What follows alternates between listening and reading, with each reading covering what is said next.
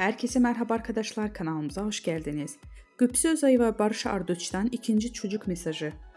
Güpse Özay ve Barış Arduç yaz tatilinde Çeşme'de evlerinde geçiriyor. Geçtiğimiz günlerde Port Alaçatı'daki bir plajda birlikte denize girerken objektiflere yakalandılar. Çift görüntülendiklerini fark edince gülümseyerek muhabirlere el salladı ve samimi bir şekilde poz verdi. Güpse Özay ve Barış Arduç sosyal medya paylaşımlarıyla takipçileri heyecanlandırmaya devam ediyor. Özel tatilde yaptığı bir paylaşımda kendisine geçici bir roket dövmesi yaptırırken ikinci çocuk sinyalini verdi. Paylaştığı fotoğrafın altına şu not düştü. Çocuk dövmesi yapıp duruyorum kendime. Demek ki gizli gizli istiyorum.